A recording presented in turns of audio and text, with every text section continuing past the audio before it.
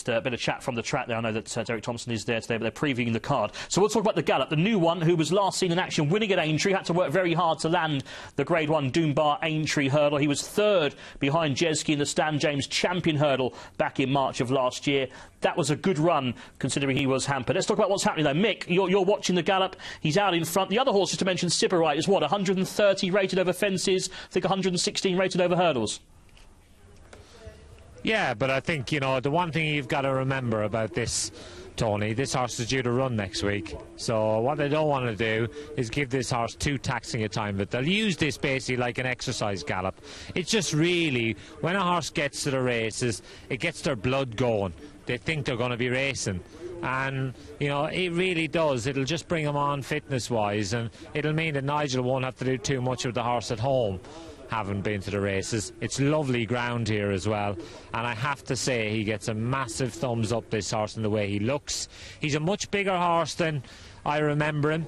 When I stood into him as he was walking by me, I was really surprised. He's got plenty of size and scope about him, and he is at the top of a lot of lists, or around the top, for the champion hurdle, and for good reason. So as you can just see from the pictures, the two of them are just having a nice time of it, really. And I think when they turn into the straight, the two of them will get together and they might just breeze for a couple of furlongs. But I don't think it'll be any more than that. But what we can say is that this horse looks an absolute picture.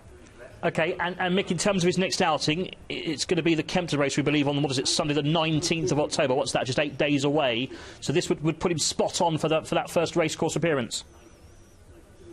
Well, you would have thought so, because, like I say, it just means when you take them to the races, it's just a new experience, and it's all part of the process of getting the horse fit enough to go and do himself justice. And, you know, Nigel Twiston-Davies knows a thing or two about training racehorses, and he knows that this fella won't take too much work, and what he will not want to do is leave his race at Kempton here at Chepstow.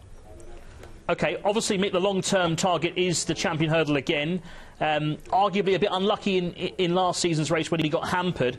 He was beaten, what, less than 3 lengths in the end. He wouldn't have to improve that much, you would think, to be right there next time around back in March. Definitely not. He's a real player. And the good thing that this horse has got in his favour is the ground doesn't seem to be a problem either way. So that's a massive plus for anybody who's thinking of backing him now. And you've already known he's got the ability to mix it with the big boys. And every race he has against them is more experience in the bank. His jumping was the one problem that he had a couple of times last year.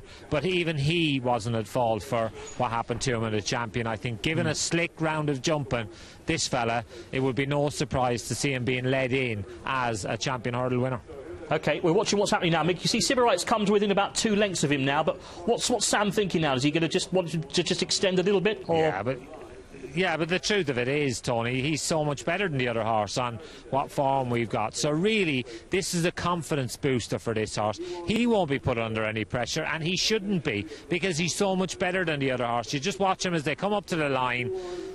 He's just had a breeze, and that's exactly what the trainer will have wanted, and I'll be very surprised if the trainer isn't absolutely chuffed to bits with that, because that's exactly what the doctor ordered, and I think it'll put him absolutely spot on.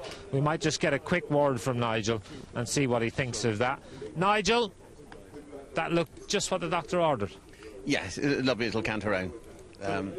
You weren't trying to put him under any pressure. It's really just to get his blood up, isn't it? Absolutely. No, we didn't. You know, he's fit enough, but it was nothing like an outing to just put him right. You know, he's a much bigger horse than I thought he was. Yeah, he's not tall, but he's very, very strong. And all roads lead to Cheltenham, hopefully in March? That's what we're hoping, yeah, very much so. Well, fingers crossed. Thank you, Mick.